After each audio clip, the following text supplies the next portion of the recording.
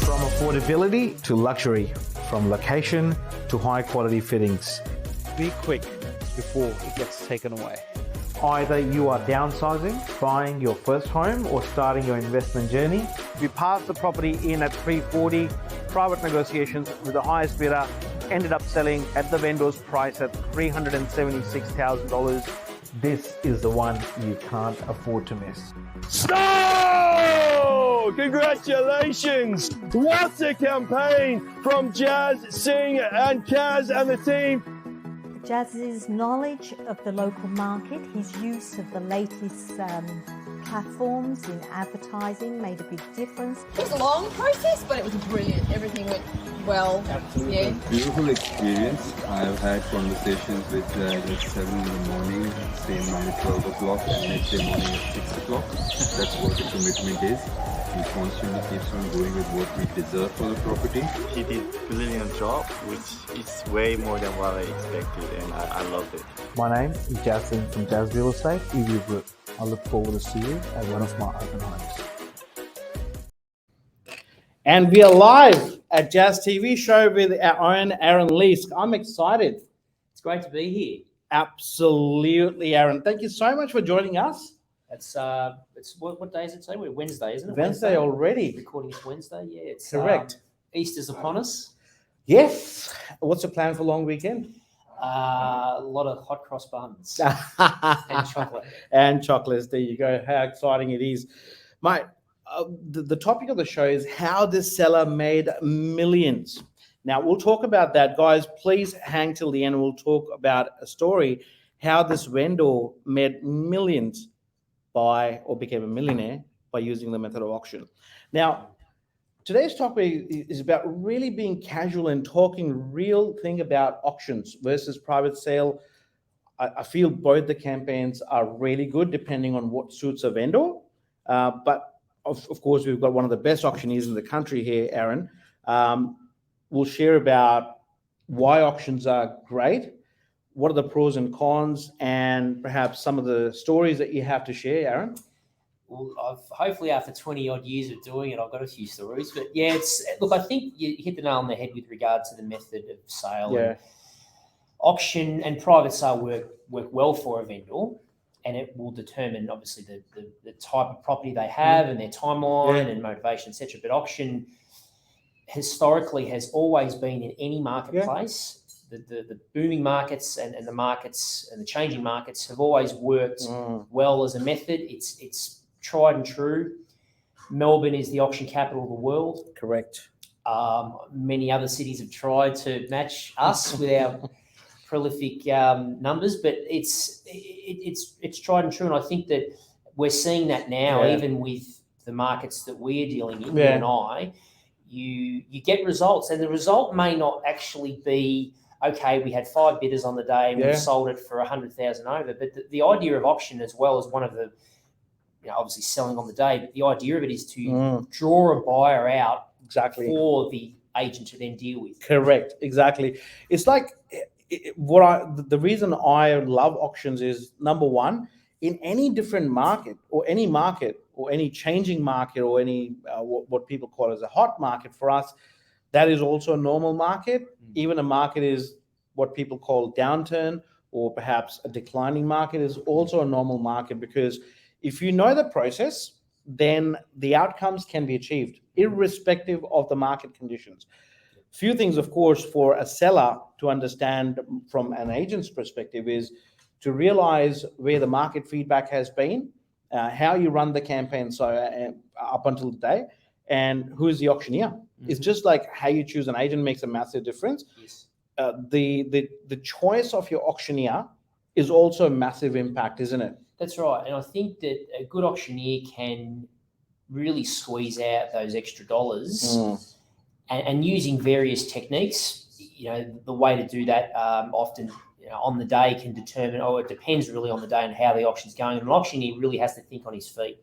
He really has to be, almost the master of ad lib in a way, and working in an environment that gets thrown at him on the day. Correct. A good agent also will provide the auctioneer with the people for him to work with. And an 100%. auctioneer can be the best in going around, but Yeah. if the buyers aren't there, the campaign hasn't been run effectively Correct. by the agent, then it's very difficult for an auctioneer to just pull the rabbit out of the hat, as they say. Exactly. And I suppose on that topic, let's talk about when or what the common perception in the market from the sellers is that the auctioneer does what he or she does on the day. Because leading up to the auction day, what role an agent plays for the outcome to be a success or perhaps to be an ideal outcome?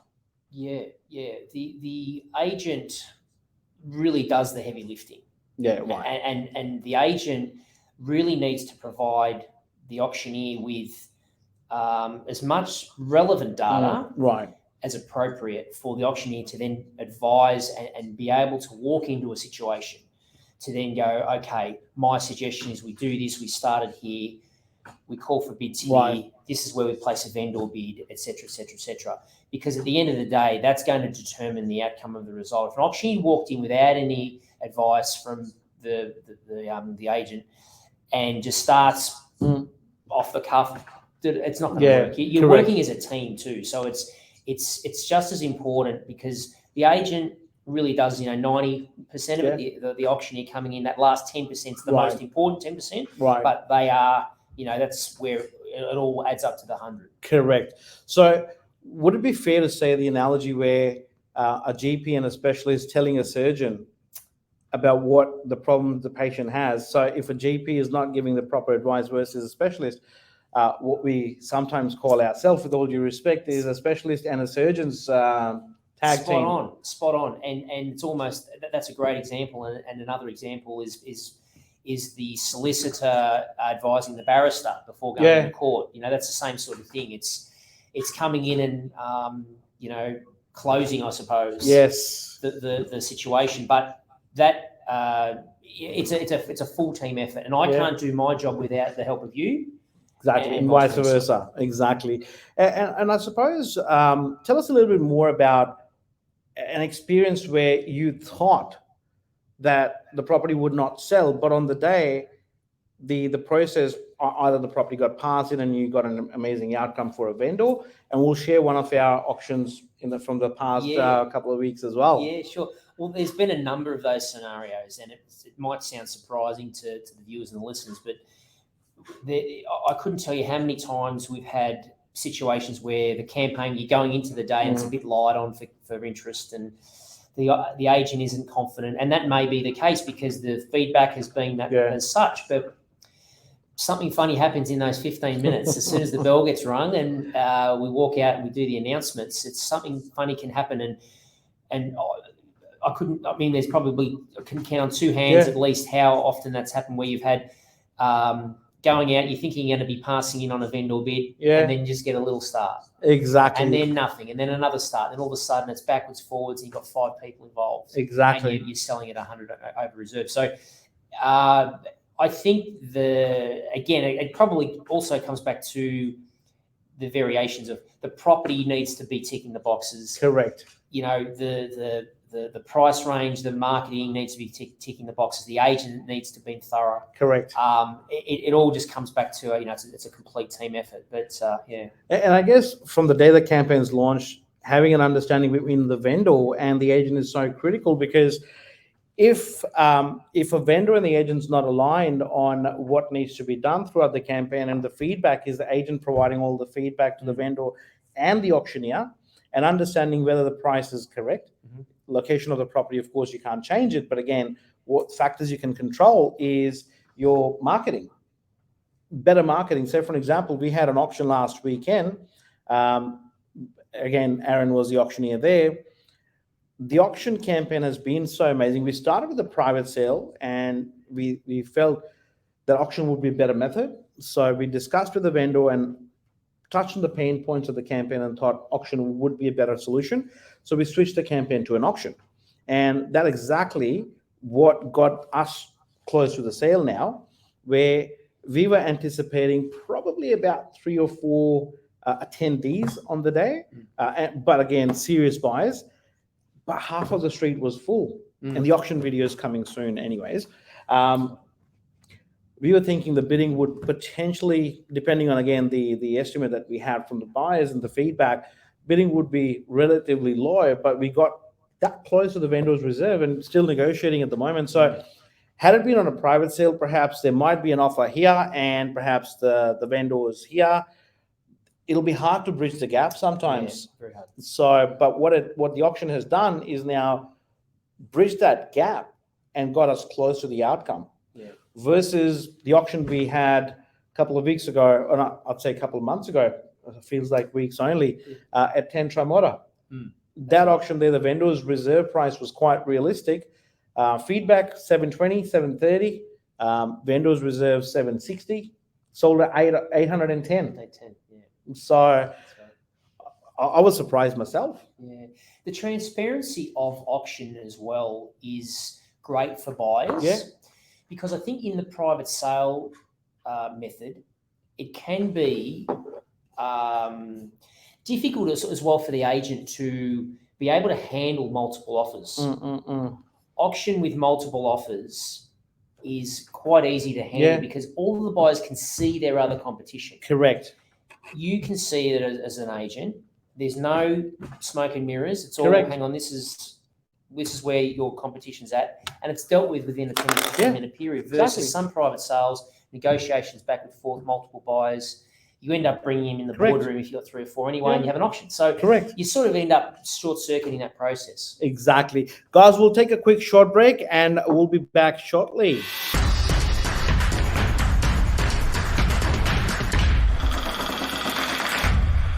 From affordability to luxury, from location to high quality fittings. Be quick before it gets taken away. Either you are downsizing, buying your first home, or starting your investment journey. We passed the property in at 340, private negotiations with the highest bidder, ended up selling at the vendor's price at $376,000. This is the one you can't afford to miss. So, congratulations! What a campaign from Jazz, Singh and Kaz and the team. Jazz's knowledge of the local market, his use of the latest platforms in advertising made a big difference. It was a long process, but it was brilliant.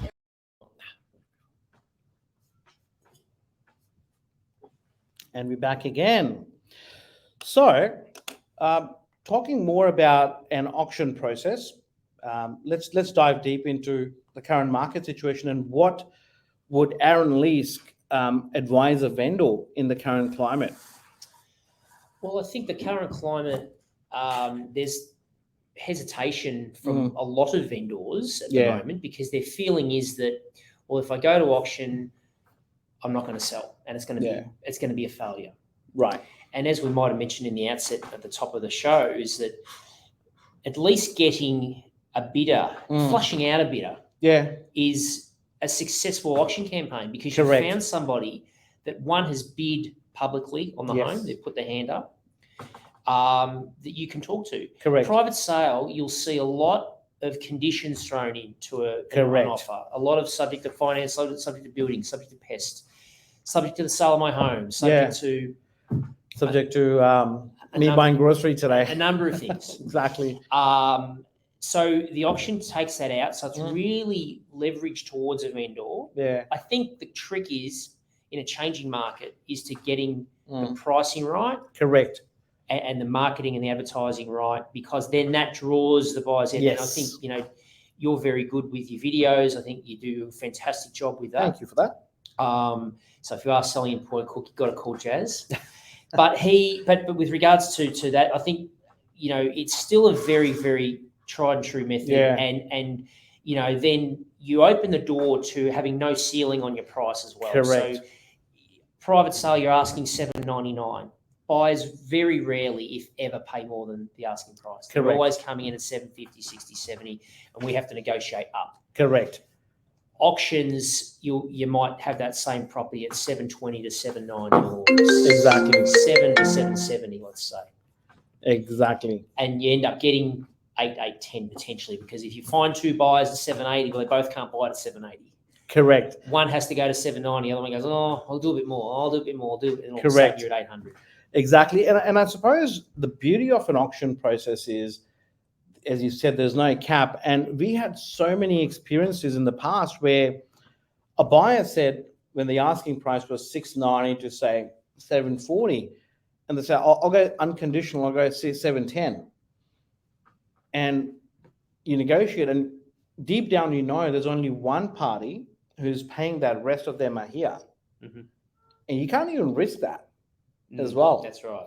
Versus an auction, it does give that buyer, even that's one buyer, that person is scared of either missing out or perhaps what could go wrong. Yeah. They would actually have paralysis of over-analysis, which a private sale sometimes offer.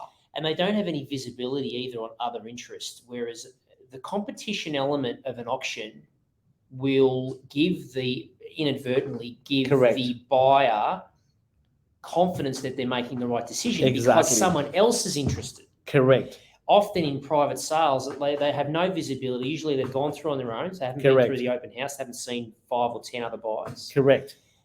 They then say, well, okay, at auction, he's bid on the same house that I've looked at, and he's prepared to pay a similar price to what I'm prepared to pay. That gives me confidence that, hang on, I can't be wrong on this. Correct. Exactly. It's justification on their own numbers, or perhaps there's a few different reasons. I'd say one, I need this home, a fear of missing out, or perhaps pressure from the partner is a big one as well. Emotions. Sometimes you don't know why a buyer would actually pay more. In a private sale, what I see is people end up buying the home, and you get to know from their friends who's a mutual client, or perhaps they themselves tell you that I know I've got a great price. My wife really loved the home. Then you think, could this buyer pay more? Mm-hmm.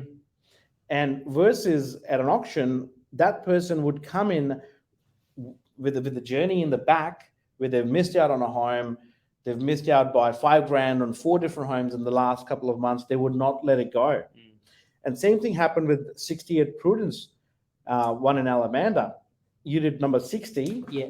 And then we had number 68. We did 4 auctions in that street in the past. And 59 was sold as well, trying to upsell. 68 Prudence was a private sale again, 690 to 740. And we're getting offered about 710, the example I was giving before. And the buyer ended up paying $775, $200. And there were bids up to $100, $50 as well till the end. What we found after, someone came in across the road and gave them a hug and congratulated them. Mm-hmm. And I said, do you guys know each other? And they said, yeah, they live across the road. And we're best friends. Yeah, right. That was one of the reasons why they wanted to buy in the street. Plus, they loved the home. Home was good. Marketing was good. Presentation was good. The home had a lot of upgrades as well. So everything was in combination. Like you said, it doesn't happen in isolation. Happens in combination. Yeah. So with the interest rates on hold now, of course, it's not a financial advice as a disclaimer. What do you think is going to happen now? I mean, based on your past experience. Yeah, the natural reaction. So I've been lucky enough to work in like over 20 odd years. I've worked in sort of 3 different cycles of this type of market we're in. Right. So this is the 3rd wave of it. And what the interest rate will do and is going to do is give confidence back. Right. That the hemorrhaging has stopped. Correct. So to speak. And then you'll see more people, and it's already sort of started. You know, you'll see people now. The phones will start to ring, maybe not tomorrow, but correct. You know, get Easter out the way. We'll start to be exactly a little busier, and then there's a bit of energy back. Correct. And from stock levels, of course, now it might add some confidence to some vendors, because last night I got about 4 phone calls from Alamanda, from the vendors. With the interest rate stopping now, what do you guys think? We're planning to do something over the next couple of weeks. We'll get you in, have a look at the home, get things ready.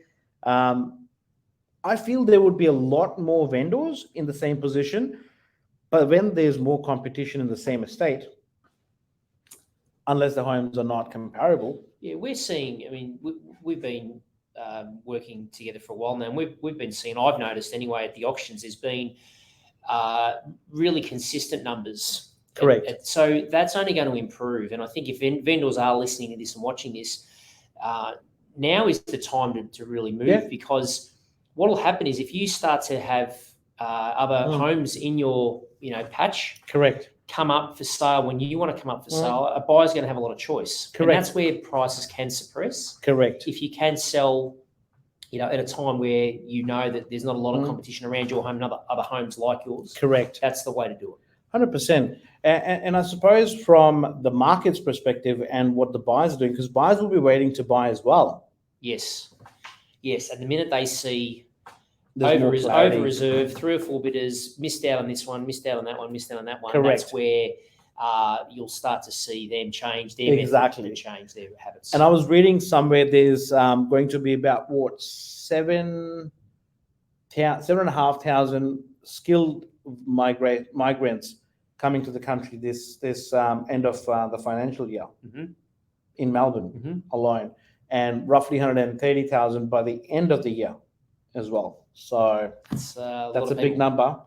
And I think that's a cycle as well. Some people would come in and they'll probably rent for some time, which is good for the investors, and the rental returns would be strong. And of course, there's less choices for the rentals in the market as well, especially in Point Cook. And eventually we feel, especially the professionals, would then start looking a year or two after renting a home in an area.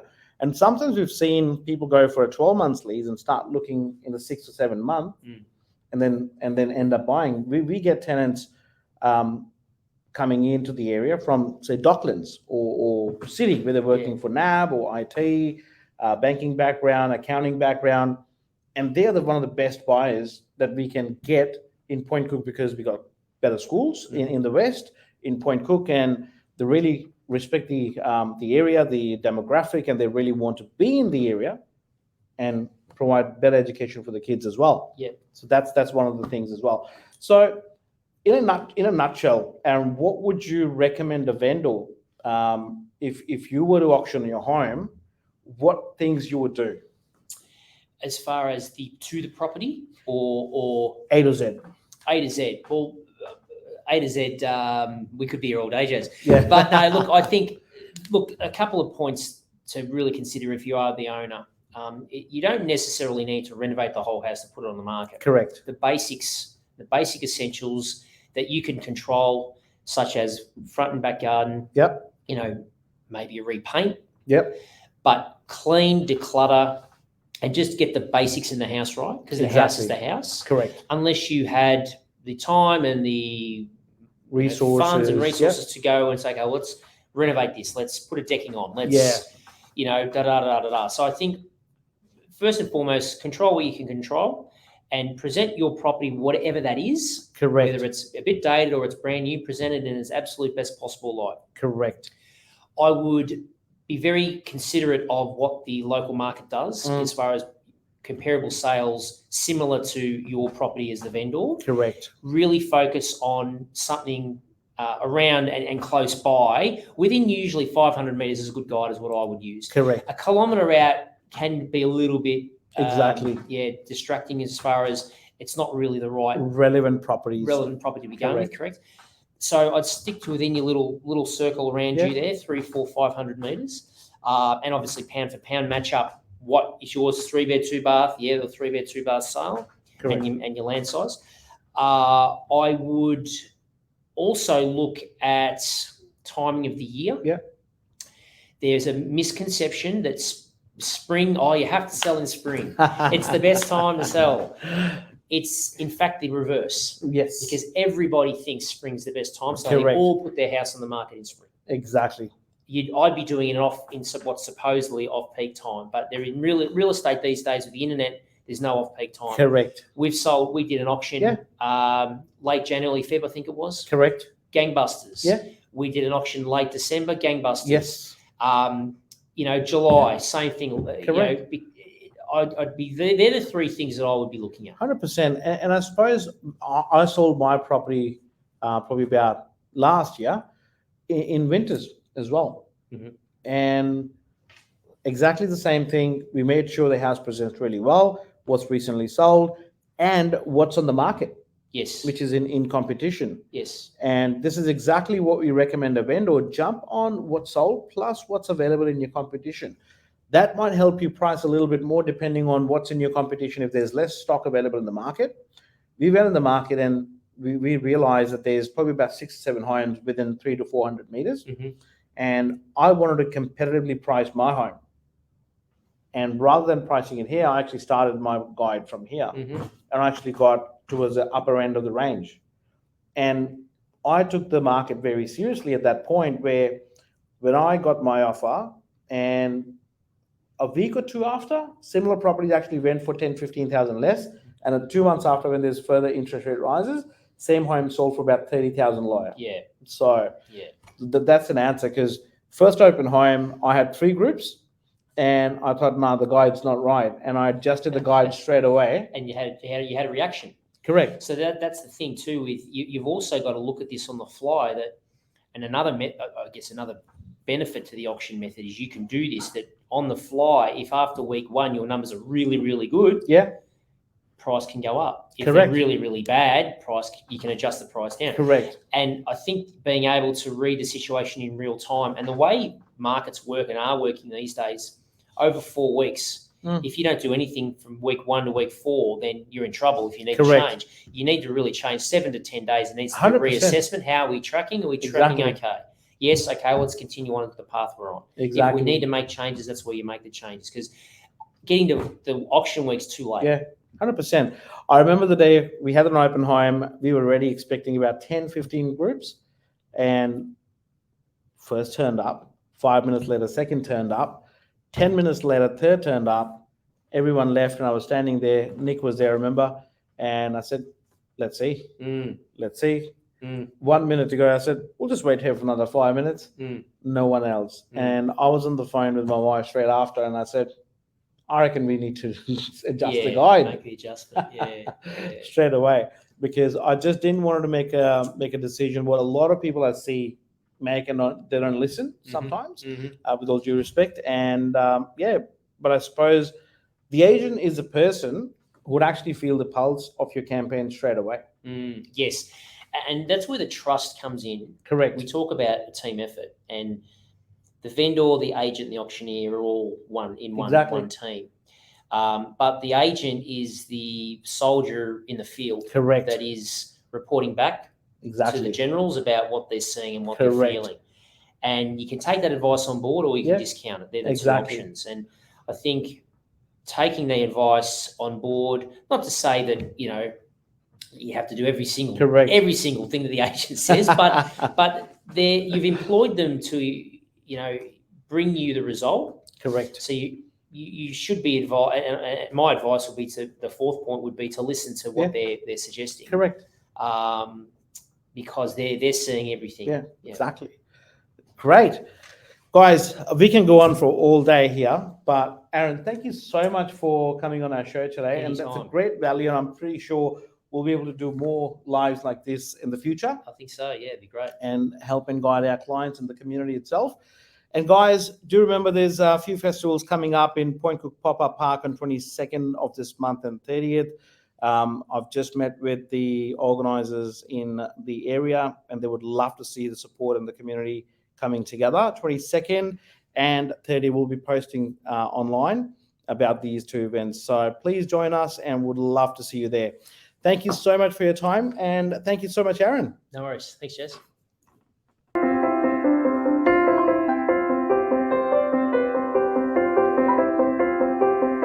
I think one of the exciting things about running a national network, and obviously the way we operate and having independent agents, is their ability to actually be authentic. So it's really important to make sure that we understand the client's needs and get the job done and see it right through to the end stage.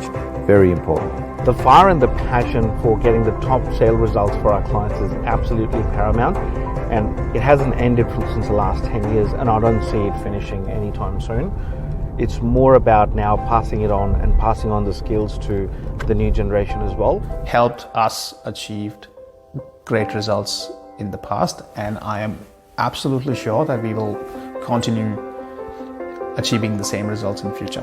Working with Jazz is all about looking after our client and give them exceptional experience. And very much like our Jazz Real Estate, where LJ and Jazz, our directors there, are operating an absolutely sensational business. They get to be authentic. They're able to give exceptional service. They live up to our mission to be extraordinary in everything that we do.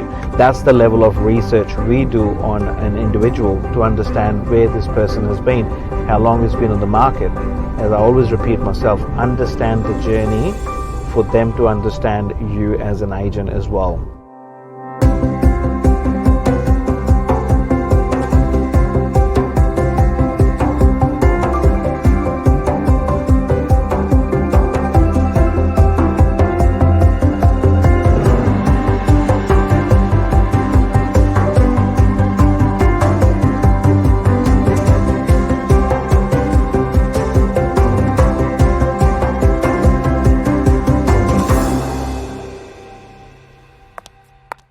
In falling over. What was that? What was this?